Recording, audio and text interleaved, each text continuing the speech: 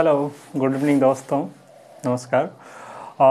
जैसा कि आप जान रहे हैं कि अभी जो ये चल रहा है सीक्वेंस सीरीज का चैप्टर चल रहा है और इसमें 2-3 वीडियो पहले भी हो चुका है और आज का वीडियो जो है ये आपका सीक्वेंस जो है आपका मोनोटोनिक सीक्वेंस का होने वाला है। तो देखते हैं कि आज मोनोटोनिक्स का मतलब क्या होता है सीक्वेंस में और मोनोटोनिक सीक्वेंस किसको बोलते हैं, इसका बहुत सारा एग्जांपल लेंगे और तब सारा चीज़ क्लियर हो जाएगा। ठीक है, तो शुरू करते हैं। तो देखिए, सबसे पहला काम जो है इसमें ये बोल रहा है क्या कि आपका एक सीक्वेंस जो है मोनोटोनिक होने का क्या क्या कंडीशन है। तो कहता है a sequence is said to be monotonic if the following if and only if the following two conditions satisfy। अगर दो कंडीशन सेटिस्फाई कर जाता है तो किसी भी सीक्वेंस को हम क्या बोलते हैं, मोनोटोनिक सीक्वेंस। पहला कंडीशन ये कहता है कि a प्लस nth टर्म जो होगा वो n term a n term से ग्रेटर देन या इक्वल टू होगा for all n belongs to natural number के लिए, तब उसको क्या बोलेंगे, मोनोटोनिक इंक्रीजिंग सीक्वेंस या सिर्फ मतलब इंक्रीजिंग सीक्वेंस। इसका मतलब हो गया कि हर टर्म जो है अगला टर्म पिछले टर्म से ग्रेटर होना चाहिए, तब इस केस में क्या बोलेंगे वो कि मोनोटोनिकली इंक्रीजिंग सीक्वेंस। दूसरा कंडीशन है कि दूसरा कंडीशन है इसमें कि अगला टर्म जो होगा पिछले टर्म से छोटा होना चाहिए, जैसे कि an plus 1 less than equal to an for all n greater, मतलब an belongs to natural number. तो इस तरह का जब होगा कि अगला टर्म जो होगा पिछले टर्म से क्या होना चाहिए, अगला टर्म जो होगा पिछले टर्म से ग्रेटर हो जाए, लेस देन हो जाए, तब इसको मोनोटोनिकली डिक्रीजिंग सीक्वेंस बोलेंगे। ठीक है, ये तो हो गया कि इंक्रीजिंग और डिक्रीजिंग का। अब कहता है कि कोई भी सीक्वेंस अगर इस मतलब इफ बोथ 1 और 2 satisfy simultaneously then it is called constant sequence. अगर दोनों कंडीशन को एक साथ फुलफिल कर लेगा तब उसको क्या बोलेंगे, आपको कांस्टेंट सीक्वेंस बोलेंगे। क्या कि मतलब आपने सेट में ये चीज पढ़ा होगा कि अगर दो चीजें हैं कि मतलब a less than equal to b और दूसरे में है a greater than equal to b, तो ये दोनों मिला करके क्या इंप्लाई कर देता है आपका a इक्वल टू बी। इसका मतलब हो गया कि हर टर्म अपने आगे वाले टर्म से क्या होगा, बराबर हो जाएगा। तो इस तरह का जब हो जाएगा तब उसको क्या बोलेंगे, कांस्टेंट सीक्वेंस। ठीक है, तो दो चीज मतलब हमने देखा कि दो कंडीशन है कि मोनोटोनिक का मतलब अब हमें ये चीज समझ में आ गया। अगर कोई भी सीक्वेंस जो है क्या है कि अगर वो इंक्रीजिंग है और या फिर वो डिक्रीजिंग है तब उसको क्या बोलेंगे, मोनोटोनिक सीक्वेंस। अगर इंक्रीज कर रहा है तो उसको मोनोटोनिकली इंक्रीजिंग सीक्वेंस बोलेंगे, अगर डिक्रीज करेगा तो मोनोटोनिकली डिक्रीज सीक्वेंस कहेंगे। और दोनों कंडीशन को at the same time simultaneously अगर सेटिस्फाई कर देगा तो उसको कांस्टेंट सीक्वेंस बोलेंगे। ठीक है, अब इसका नोटेशन देखिए क्या है कि कह रहा है क्या कि कोई भी सीक्वेंस जो है an मतलब an प्लस 1 टर्म जो है an से मतलब अगला टर्म पिछले टर्म से क्या हो जाए, ग्रेटर हो जाएगा, तो उसको मोनोटोनिकली इंक्रीजिंग सीक्वेंस बोलेंगे या फिर नॉन डिक्रीजिंग। इसका मतलब हो गया कि वो इंक्रीज कर रहा है या फिर डिक्रीज नहीं कर रहा है, दोनों बातें क्या है, सेम है। उसी तरह फिर कह रहा है अगला इसमें जो नोटेशन है वो कह रहा है कि an plus 1 less then an, मतलब क्या हो गया कि अगला टर्म जो है पिछले टर्म से क्या हो जाए, छोटा हो जाए, तब उसको बोलेंगे मोनोटोनिकली डिक्रीजिंग सीक्वेंस या फिर नॉन इंक्रीजिंग सीक्वेंस। मतलब कि ये डिक्रीज कर रहा है तो वो इंक्रीज नहीं करेगा, तो मतलब मोनोटोनिकली डिक्रीजिंग, और इंक्रीज नहीं कर रहा है तो इसको नॉन इंक्रीजिंग सीक्वेंस। उसी तरह अगर इसमें क्या है, इक्वल टू वाला साइन को अगर इस दोनों से हटा देंगे तब वो क्या हो जाएगा, अगर ये वाला पहले वाले जो मोनोटोनिकली इंक्रीजिंग सीक्वेंस था उसमें से अगर इक्वल टू का हम साइन हटा देते हैं तो फिर क्या हो जाएगा, ये स्ट्रिक्टली इंक्रीजिंग सीक्वेंस को कहेंगे। ठीक है, उसके बाद फिर इसी में से मोनोटोनिकली डिक्रीजिंग सीक्वेंस जो है उसमें से अगर क्या कर देते हैं कि हम यहाँ से इक्वल टू वाला जो साइन है उसको हटा देते हैं तो वो स्ट्रिक्टली डिक्रीजिंग सीक्वेंस या डिक्रीजिंग सीक्वेंस कहेंगे। ठीक है, अगला एक और जो आपको नोट्स है, ये कहता है a monotonic sequence is always bounded. अगर कोई भी सीक्वेंस जो है वो क्या है, मोनोटोनिकली है। मोनोटोनिकली मतलब हो गया कि आपको आइदर वो डिक्रीजिंग है या फिर इंक्रीजिंग है, तब कहता है कि मतलब a monotonic sequence is always bounded at least one. या तो क्या होगा कि अगर वो इंक्रीजिंग है तो बॉन्डेड बिलो होगा, डिक्रीजिंग होगा तो बॉन्डेड एबव होगा, या फिर क्या हो जाएगा, बोथ हो जाएगा। ठीक है, मतलब क्या हो गया कि at least one side either bonded below और एबव और बोथ। हो सकता है कि दोनों चीजें हो जाए, कि अगर कभी डिक्रीजिंग सीक्वेंस है तो वो क्या हो जाएगा आपका bounded above as well as bounded below. ठीक है, इस सब का एग्जांपल लेंगे तो ऑल सारी चीजें क्लियर होगा। उसके बाद कहता है कि इंक्रीजिंग सीक्वेंस है, तो इंक्रीजिंग सीक्वेंस है तो बॉन्डेड क्या हो जाएगा, बिलो हो जाएगा, और उसका इन्फिमम जो होगा, सबसे छोटा वैल्यू जो होगा, सबसे छोटा टर्म जो होगा वो आपका क्या हो जाएगा, A1 हो जाएगा। और जो है डिक्रीजिंग सीक्वेंस है तो वो बॉन्डेड एबव होगा, और उसमें क्या हो जाएगा आपका कि सुप्रीमम जो होगा, सबसे बड़ा मतलब टर्म जो होगा जिसका वैल्यू सबसे ग्रेटर होगा, तो उसका क्या हो जाएगा, A1 हो जाएगा। जैसे देखिए, आप एक एग्जांपल लेकर के हम इसको समझाने की कोशिश करते हैं कि मान चलिए कि एक सीक्वेंस हमने ले लिया इस तरह से n, तो इसमें क्या हो रहा है कि 1 2 3 4 5 इस तरह से ये बढ़ते जा रहा है। ठीक है, तो हम देख रहे हैं क्या, ये इंक्रीजिंग सीक्वेंस है, इंक्रीजिंग सीक्वेंस है, और बॉन्डेड देखिए बॉन्डेड एवं बिलो है। तो मतलब कोई सीक्वेंस अगर इंक्रीजिंग है तो वो बॉन्डेड क्या हो जाएगा, बिलो, और इसका जो सबसे छोटा वैल्यू हो जाएगा, इन्फिमम क्या हो जाएगा, 1 हो जाएगा। ठीक है, उसी तरह अगर इसमें क्या कर देते हैं, दूसरा एक एग्जांपल हम ले लेते हैं कि ये ले लीजिए -n, तो ये क्या हो जाएगा, -1 -2 -3 इस तरह करके बढ़ रहा है। तो इसमें हम देख रहे हैं क्या कि ये सीक्वेंस डिक्रीज हो रहा है, डिक्रीज हो रहा है, तो इसका मतलब है कि बॉन्डेड एबव होगा। ठीक है, तो बॉन्डेड एबव क्या है कि -1 से आपका कोई भी वैल्यू ग्रेटर नहीं जा रहा है, ग्रेटर नहीं जा रहा है, तो इसका मतलब क्या हो गया आपका कि ये 1 जो हो गया, ये मतलब ये कौन सा टर्म हो गया, ये पहला टर्म A1 बराबर कितना हो गया, ये -1 हुआ, और ये क्या हो जाएगा, always greater than equal to AN, मतलब हर टर्म से -1 क्या है, ग्रेटर है। तो इसका मतलब सुप्रीमम इसका क्या हो गया, वो -1, और ये क्यों कौन सा टर्म है, पहला टर्म है। तो इसका मतलब हो गया कि जब भी सीक्वेंस आपका क्या हो जाएगा कि बॉन्डेड इंक्रीजिंग होगा तो बॉन्डेड बिलो मिलेगा, जैसे इस केस में देखें। उसके बाद अगर कोई सीक्वेंस डिक्रीजिंग है तो वो बॉन्डेड एबव हो जाएगा, और सुप्रीमम क्या हो जाएगा, पहला टर्म जो होगा उसका सुप्रीमम हो जाएगा। ठीक है, अब इसका एग्जाम्पल्स देखते हैं। ठीक है, तो एग्जाम्पल में देखिए किस तरह से इसको कंक्लूड करने की कोशिश करते हैं।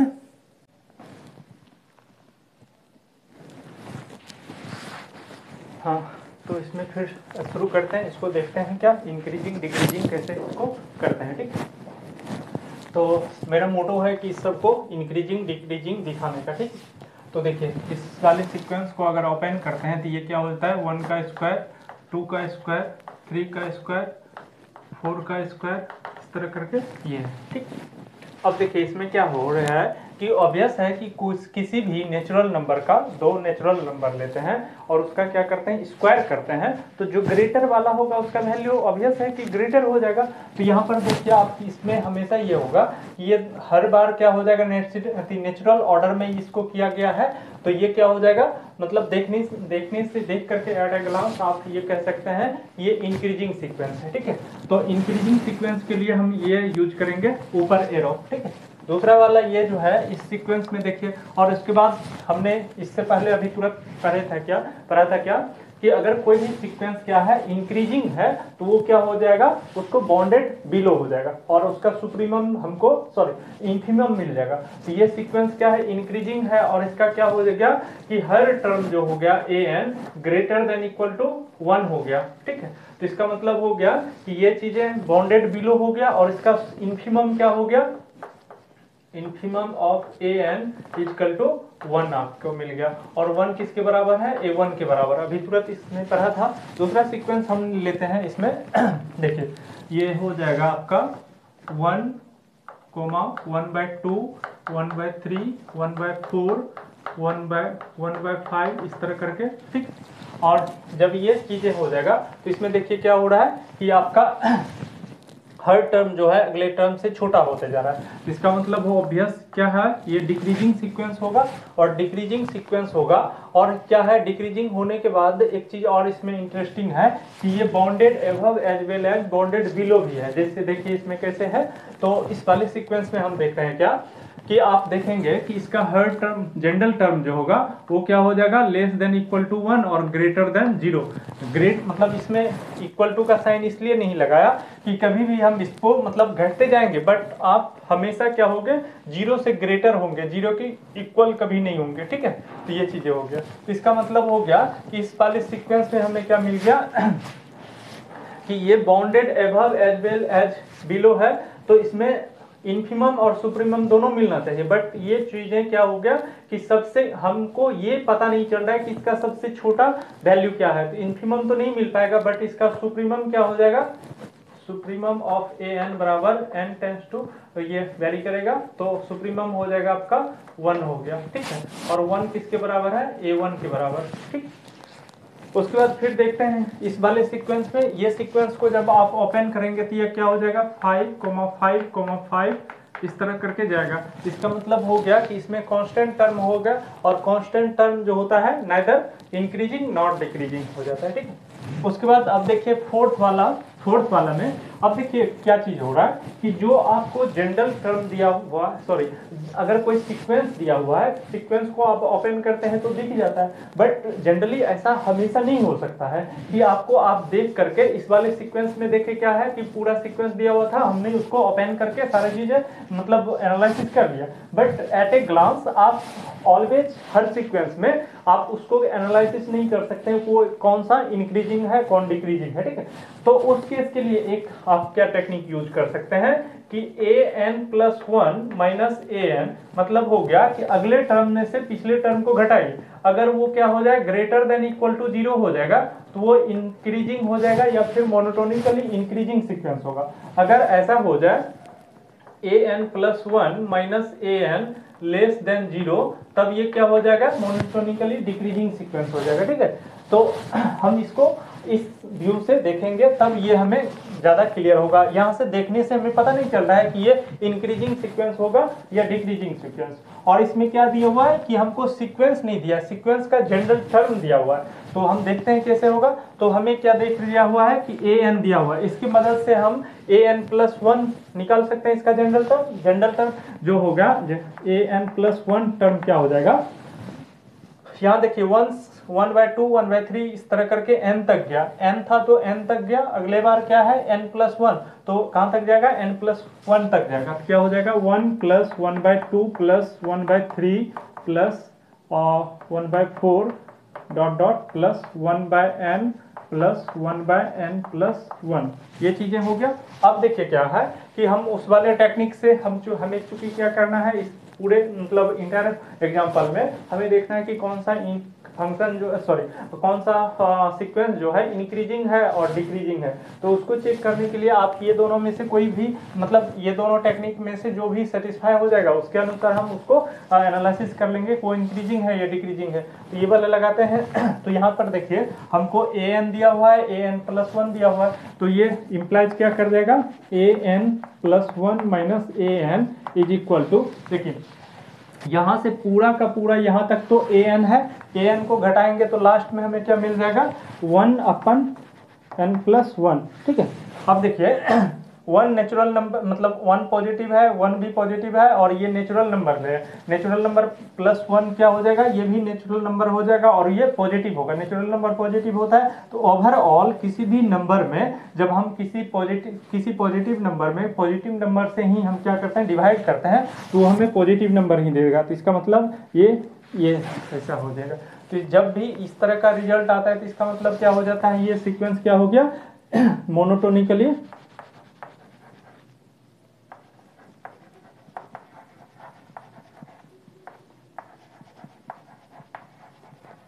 Increasing sequence.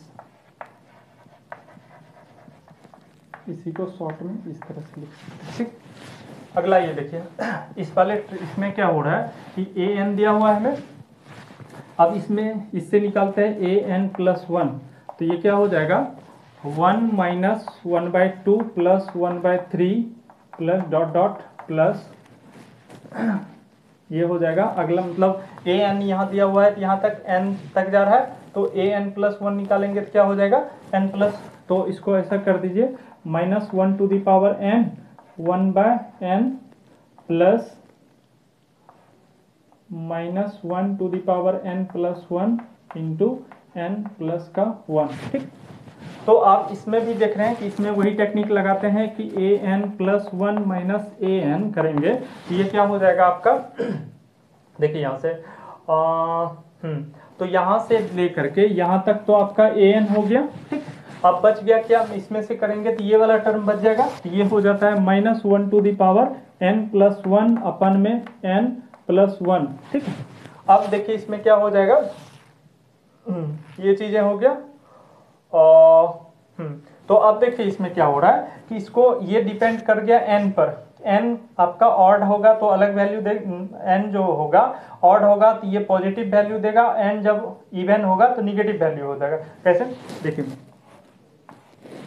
एन आप क्या करते हैं पहले ऑड लेते हैं, तो ऑड लेंगे तो क्या हो जाएगा, ऑड लेंगे तो ऑड प्लस वन तो इवन हो जाएगा, इवन में क्या हो जाता है ये पॉजिटिव हो जाएगा, तो ये हो जाएगा आपका ओवरऑल पॉजिटिव नंबर। ठीक है, तो इसका मतलब हो गया ये जो होगा आपको दो चीजें देगा, ग्रेटर देन जीरो और less than equal to zero. इसका मतलब है कि ये इसमें ओवरऑल कंक्लूड हम नहीं कर पा रहे हैं कि ये इंक्रीजिंग है या डिक्रीजिंग है। ठीक है, तो इसका मतलब हो गया इसमें हम क्या कर सकते हैं कि implies that a n is neither increasing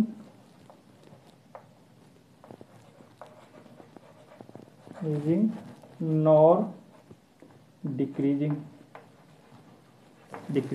मतलब इसमें कंक्लूजन हम नहीं कर पाए कि ये इंक्रीजिंग सीक्वेंस है या डिक्रीजिंग सीक्वेंस है। ठीक है, अब कुछ और एग्जांपल लेते हैं इसमें, तब देखते हैं, तो इसको मिटाते हैं।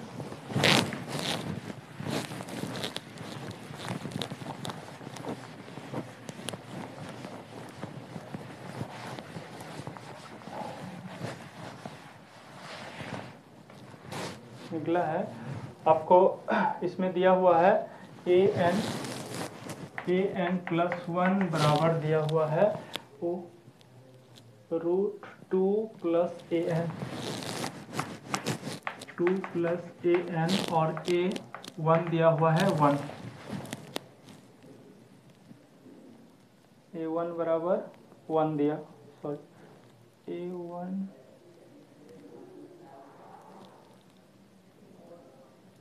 ए वन जीरो दिया हुआ है, ए वन आपका जीरो दिया है। इससे देखिए क्या करते हैं, इस तरह से, तो इसके मदद से हम क्या करते हैं A2 निकालते हैं। तो A2 निकालने के लिए क्या हो जाएगा, A1 प्लस वन बराबर तो 2 प्लस यहाँ पर क्या था जो n होता है वही चीज यहाँ हो जाता है, तो यहाँ पर हो जाएगा A1, तो A1 का वैल्यू जीरो दिया हुआ है, तो इसका मतलब क्या हो गया कि ये रूट टू हो जाएगा। ठीक है, अब देखते हैं कि इसका A2 निकल, ए मतलब पहला टर्म यहाँ दिया हुआ है इसको A2 निकल गया। अब A3 निकालते हैं, तो A3 निकालने के लिए क्या करेंगे कि A2 प्लस का वन, तो यहाँ पर हम देख रहे हैं क्या कि यहाँ जो n होता है वही चीज इसके n, तो यहाँ पर हो जाएगा रूट टू प्लस A2 और A2 का वैल्यू हमें रूट टू दिया हुआ है, तो ऑब्वियस है कि रूट टू में कुछ ऐड कर रहे हैं, तो ऑब्वियस है कि इससे ग्रेटर हो जाएगा। तो इसका मतलब हो गया कि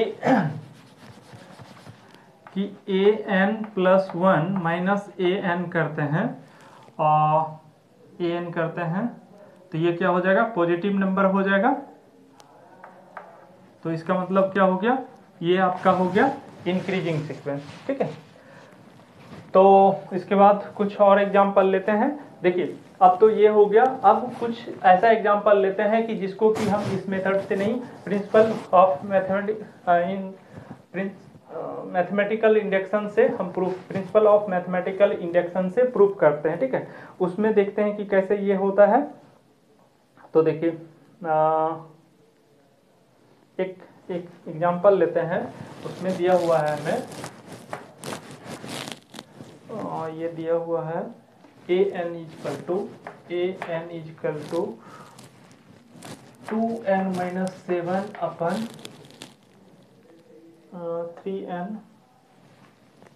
3n प्लस का 2। ठीक है, अब देखते हैं इससे क्या होता है। तो ये चीजें दिया हुआ है, आप इससे क्या करते हैं कि an+1 निकालते हैं। तो implies that an+1 equal to क्या हो जाएगा कि आप जहां जहां n है वहां पर n+1 पुट कीजिए। ठीक है, तो ये हो जाएगा 2 × n+1 और -7 अपन में हो जाएगा 3 × n+1 और प्लस का 2। तो यहाँ से ये क्या हो जाएगा कि 2 n जा 2 n प्लस का 2 माइनस का 7, नीचे हो जाएगा 3n प्लस का 3 प्लस का 2। तो यहाँ से हो जाएगा आपका 2n माइनस का 5, नीचे हो जाएगा आपका और 3n प्लस का 5। ठीक, तो ये चीजें हो गया। अब फिर क्या करते हैं कि an+1 माइनस an करते हैं। यहाँ से हो जाएगा आपका वहाँ दिया हुआ है 2n माइनस का 5 अपन 3n प्लस का 5 और फिर माइनस 2n माइनस का 7, नीचे हो जाएगा 3n प्लस का 2। तो यहाँ से क्या हो जाएगा, आप क्या करेंगे, इस दोनों का एलसीएम ले लेते हैं। ठीक, एलसीएम लेंगे तो क्या हो जाएगा कि इसको 3n प्लस का 5 और इंटू 3n प्लस का 2, इसे डिवाइड करेंगे तो ये खत्म हो जाएगा। ये हो जाएगा कि 3n प्लस का 2 इंटू 2n माइनस का 5 माइनस इस पे डिवाइड करेंगे तो ये खत्म, ये हो जाएगा 3n प्लस का 5 और फिर हो जाएगा ये 2n माइनस का 7। अब इसको सॉल्व करते हैं, ये हो जाएगा 6n स्क्वायर, इसको करेंगे तो 15 और ये हो जाएगा 4। तो -15 में से 4 रिड्यूस तो माइनस का 11n, फिर हो जाएगा ये दोनों को मल्टीप्लाई करेंगे माइनस का 10, यहाँ से इसको करेंगे तो 6 माइनस हो जाएगा -6n स्क्वायर। उसके बाद फिर ये 21 और ये हो जाएगा 21 और ये हो जाएगा 10। तो 21 में से 10 घटेगा तो प्लस का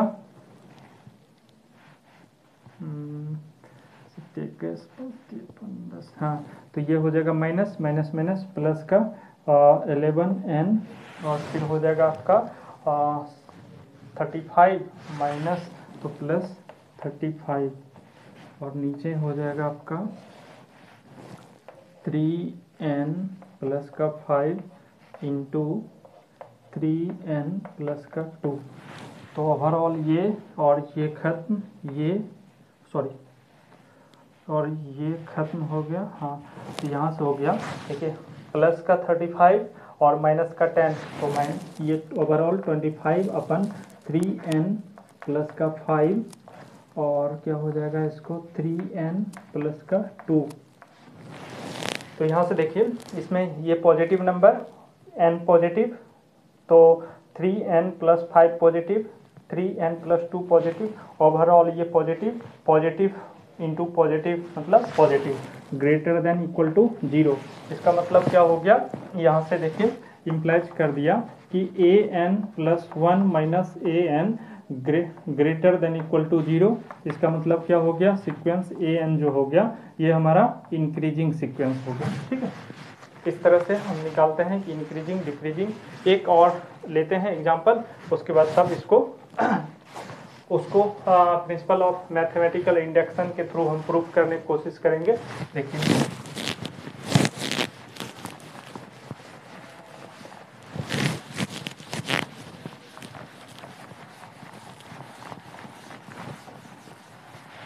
सीक्वेंस आपका दिया हुआ है, डायरेक्ट an+1 दिया हुआ है, an+1 is equal to 2an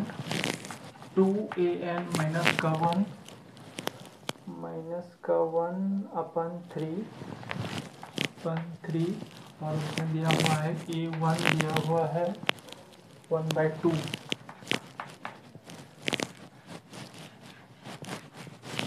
ये दिया हुआ है, ठीक। अब देखिए इसके मदद से हम क्या करते हैं कि एक दो टर्म को निकालते हैं, उसके बाद तब फिर पता करते हैं कि ये इंक्रीजिंग हो रहा है, उससे एनालिसिस करेंगे और उसके बेसिस पर हम उसको प्रूफ करने की कोशिश करेंगे कि ये इंक्रीजिंग है या डिक्रीजिंग है, ठीक है। तो सबसे पहला काम क्या करेंगे,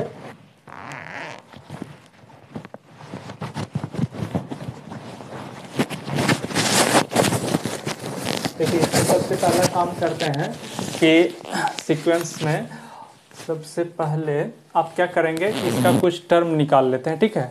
टर्म निकालने के बाद फिर इसको हम एनालिसिस करने की कोशिश करेंगे। तो देखिए इसके थ्रू अब ये दोनों जो चीज़ें दिया हुआ है उसके थ्रू हम a2 निकाल सकते हैं। तो a2 बराबर क्या हो जाएगा, a1 + 1। तो यहाँ से देखिए तो हो जाएगा 2a1 +1 है ये, सॉरी यहाँ +1 है, ठीक। तो यहाँ से आप करेंगे तो क्या हो जाएगा 2 × 1/2 माइनस प्लस का 1 अपन में 3। तो यहाँ से देखिए ये खत्म हो जाएगा तो 2/3 हो गया, ठीक। तो ऑब्वियस है कि ये क्या हो रहा है कि इससे ग्रेटर वैल्यू हो गया, तो इसका मतलब हो गया कि हमें मतलब प्रीवियस हो रहा है कि दिखने में लग रहा है कि ये इंक्रीजिंग हो रहा है। तो इंक्रीजिंग का हमें क्या है कि इंक्रीजिंग सीक्वेंस का ये जान रहे हैं तो इसका मतलब n बराबर जब हम क्या किए n = 1 रखे तो हमें ये चीज़ मिला, ठीक है। अब हम इसमें क्या करेंगे कि n2 रखते हैं, तो n का वैल्यू अगर 2 रखेंगे तो क्या हो जाएगा a3 हो जाएगा, a3 हो जाएगा। और इसका देखते हैं क्या हो जाएगा a2 + का 1। तो यहाँ से देखिए क्या हो रहा है कि जितना होता है वही चीज़ यहाँ, तो ये हो जाएगा 2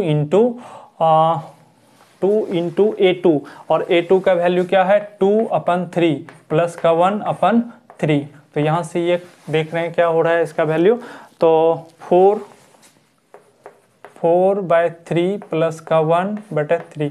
तो यहाँ से हो जा रहा है 7/9। तो इसका मतलब है कि ऑब्वियस दिख रहे हैं कि इसका वैल्यू क्या हो रहा है लगातार बढ़ते जा रहा है। तो इसका मतलब हम मान लेते हैं कि ये इंक्रीजिंग है और उसको हमको प्रूफ करना होगा, ठीक है। तो इसके लिए क्या करना होगा, तो यहाँ से देख रहे हैं कि a1 जो है वो लेस देन है ग्रेटर, मतलब a1 less than a2 less than a3। और इस तरह से हम देख रहे हैं कि ये मतलब प्रीवियस मतलब ये हो रहा है, आभास हो रहा है हमें कि ये मतलब इंक्रीजिंग सीक्वेंस होगा। तो इंक्रीजिंग सीक्वेंस में हमको क्या करना होगा, हमको प्रूफ करना होगा। तो इसको मान लेते हैं इंक्रीजिंग है सीक्वेंस। क्या लिखते हैं कि let the sequence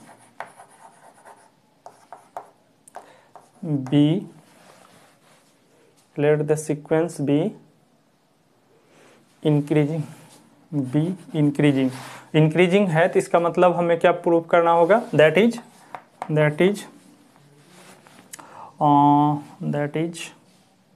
an+1 minus an greater than equal to 0। ये चीज़ हमें शो करना होगा, ठीक।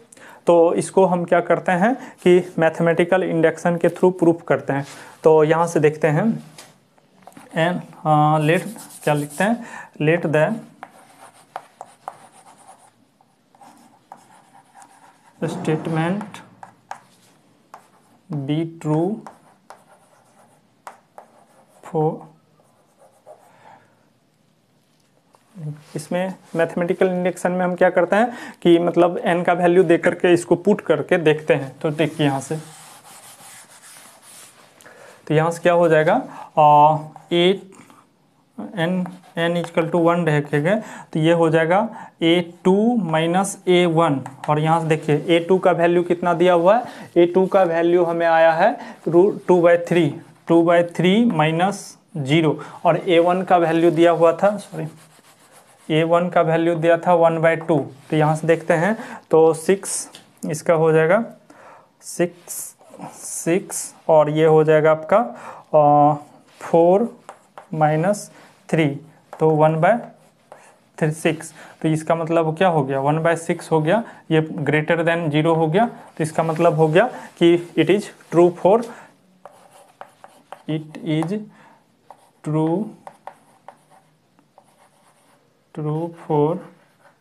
n equal to 1।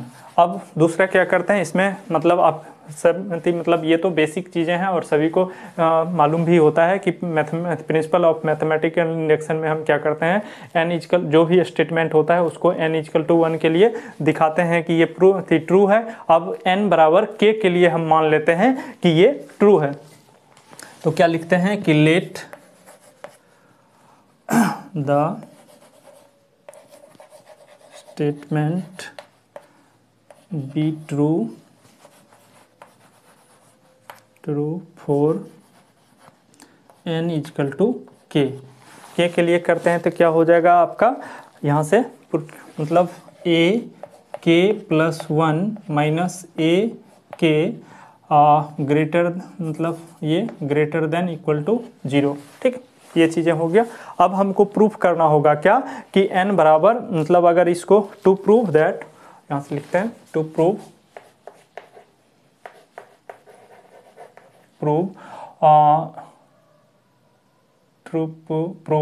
it is to prove that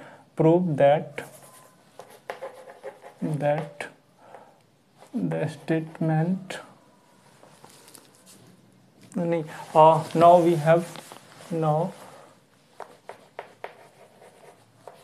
for n equal to,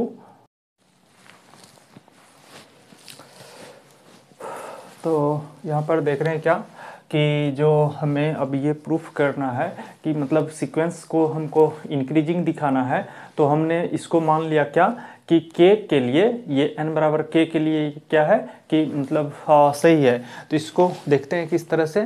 तो इस सीक्वेंस में अगर हम क्या करते हैं कि 2 से होल ओवर में मल्टीप्लाई करते हैं, तो ये क्या हो जाएगा, twice a k + 1 - twice a k और ग्रेटर देन 0, मतलब 0 को 2 से मल्टीप्लाई करेंगे तो 0 ही हो जाएगा। ठीक, उसके बाद क्या करते हैं हम, यहाँ पर लेफ्ट साइड में 2a k + 1 और +1 करते हैं और -1 कर देते हैं। मतलब इस वाले मतलब इनइक्वलिटी में क्या करते हैं हम कि मतलब 1 को ऐड किए और सब्ट्रैक्ट किए, तो मतलब कोई फेरबदल नहीं किए, फिर क्या हो जाएगा, माइनस का ट्वाइस a k हो जाएगा, ग्रेटर देन इक्वल टू 0। अभी तक कुछ नहीं किया, मतलब हमने क्या किया कि इसमें 1 ऐड किया और सब्ट्रैक्ट किया तो कोई फर्क नहीं पड़ेगा। उसके बाद फिर क्या हो जाएगा, आप क्या कीजिए, पूरे होल इनइक्वलिटी में 3 से डिवाइड करते हैं, तो ये क्या हो जाएगा, ट्वाइस a k + 1 और प्लस का 1 अपन में इसको 3 कर देते हैं। ठीक, और फिर क्या हो जाएगा, यहाँ पर माइनस कॉमन ले लेते हैं, माइनस, तो ये हो जाएगा, माइनस कॉमन लेते हैं तो इसको ऐसा लिख देते हैं, ट्वाइस a k और प्लस का 1 और बटे में 3 ग्रेटर देन इक्वल टू। देखिए क्या किए, पूरे में डिवाइड किए, तो यहाँ से सबसे पहले तो हमने क्या किया कि इस प्लस माइनस जो किए थे, मतलब एक ऐड किए, 1 ऐड किए और 1 सब्ट्रैक्ट किए तो कोई फर्क नहीं पड़ा, तो इस वाले 1 को इसके साथ एडजस्ट कर दिए और इस वाले 1 को इसके साथ एडजस्ट किए। तो यहाँ से देखिए क्या क्या हो जाएगा, माइनस कीजिएगा तो ये माइनस यहाँ हो जाएगा, फिर इसको माइनस कीजिएगा तो यहाँ माइनस हो जाएगा, तो कोई फर्क, ये हो गया। और देखिए यही आपका क्या था, ये आपका है a k + 2 और ये है a k + 1 greater than equal to 0। तो इसका मतलब क्या हो गया कि जो स्टेटमेंट हमारा था वो क्या हो गया, अब यहाँ से हो गया, this shows that the statement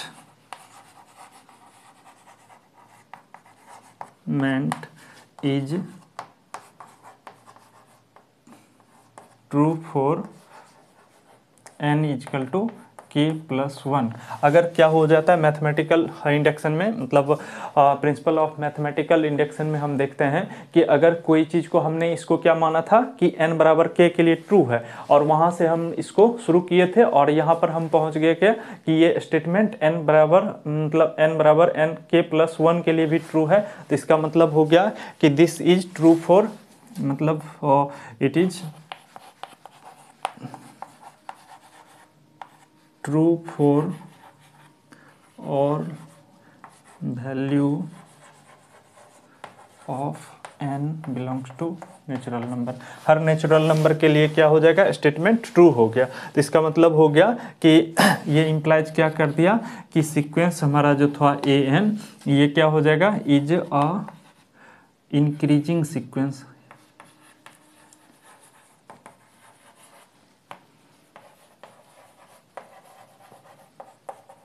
increasing sequence हो गया, ठीक है।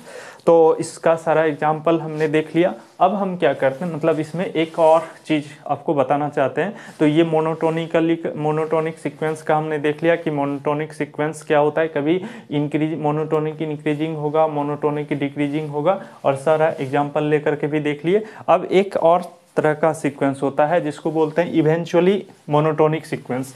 उसका मतलब क्या होता है वो देखते हैं।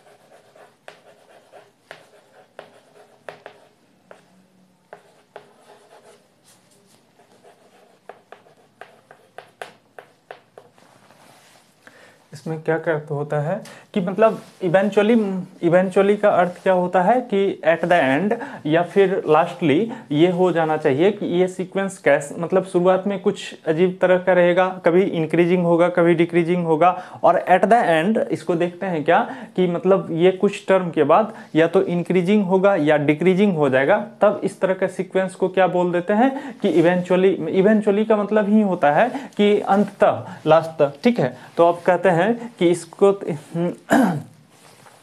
a sequence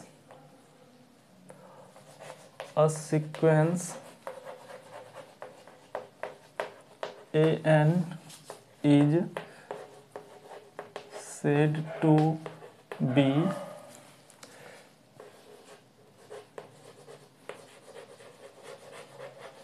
eventually monotonic sequence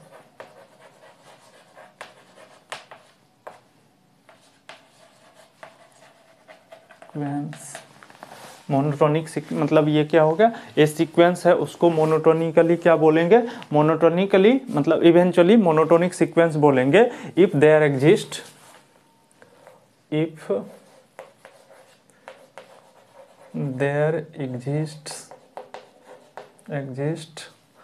another sequence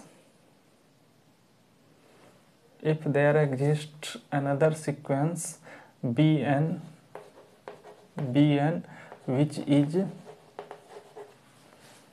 is monotonic and defined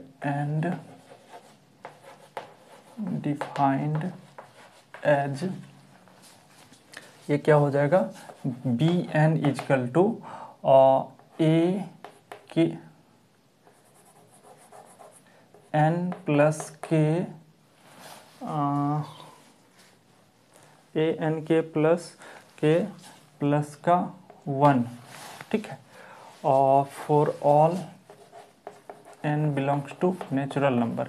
इस तरह से जब कभी भी हो जाएगा तो उसको क्या बोलेंगे, इवेंचुअली नेचुरल, मतलब इवेंचुअली मोनोटोनिक सीक्वेंस इसको बोलेंगे। और ये देखिए किस तरह से होता है, ये यहाँ पर माइनस ये। अब देखिए कोई एक हम लेकर के देखते हैं कि जैसे देखिए एक सीक्वेंस हम क्या करते हैं, इस तरह से डिफाइन करते हैं, A N is equal to है आपका -3 5 -2 7 3 2 1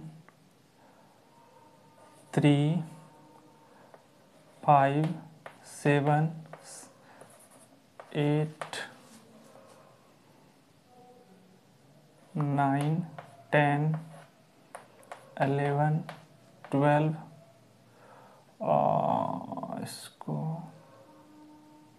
इसको 6 कर देते हैं, ठीक, 6। तो ये क्या हो जाएगा 10, इस तरह करके जा रहा है, ठीक। तो अब देखिए इस तरह से हम इसको ऐसा कर देते हैं, bn equal to b1 equal to क्या कर देते हैं, यहाँ से शुरू करते हैं 3 1 3 6 7 8 9 10 11 12 इस तरह करके जा रहा है। तो यहाँ से आप देख सकते हैं क्या, इसके फॉर्मेट में अगर करेंगे तो देखिए 1 2 3 4 5 6 तक जो है इसको ऐसा लिख सकते हैं आप, b n equal to a n plus 6 minus 1, ठीक है। तो यहाँ से 1 2 3 4 5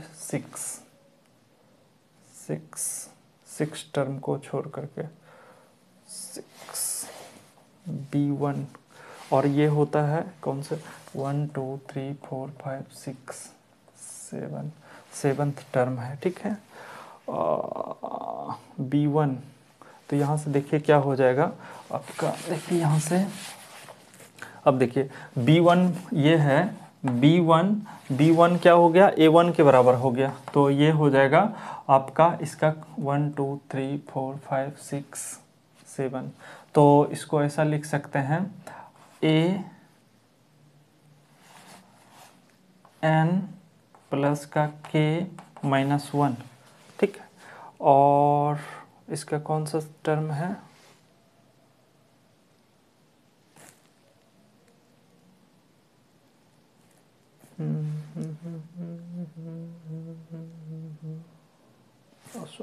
यहाँ से देखिए इस तरह से ये होगा, इसको अगर कीजिएगा तो इसको ये हो गया आपका b1 b2 b3 ये डॉट डॉट इस तरह करके, ठीक है। तो यहाँ से b1 किसके बराबर हो गया, b1 आपका जो हो गया b1 देखिए 1 2 3 4 5 6 7, तो a7 के हो गया a7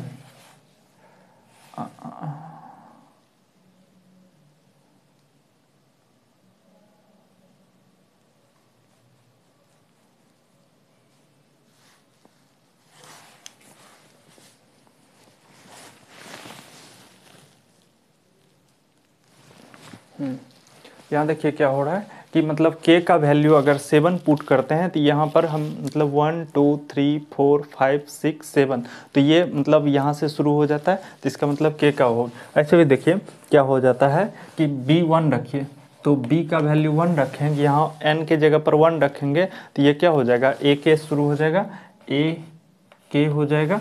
तो इसका मतलब है कि b1 और a के दोनों 7, तो ये दोनों क्या हो गया 7 हो गया, ठीक। एक और एग्जांपल लेते हैं तब और क्लियर हो जाएगा। तो देखिए इसका दूसरा एग्जांपल लेते हैं, जैसे दिया हुआ है आपको an बराबर दिया है n स्क्वायर, ठीक है, और 4 n ग्रेटर देन 3 दिया हुआ है। तो इसका मतलब है कि a1 दिया हुआ है हमको कितना, a1 दिया हुआ है 10, ये दिया हुआ 10, a2 दिया हुआ है कितना, a2 दिया हुआ है हमको माइनस का 5, और a3 बराबर दिया हुआ है माइनस का 10, a3 बराबर माइनस का 10।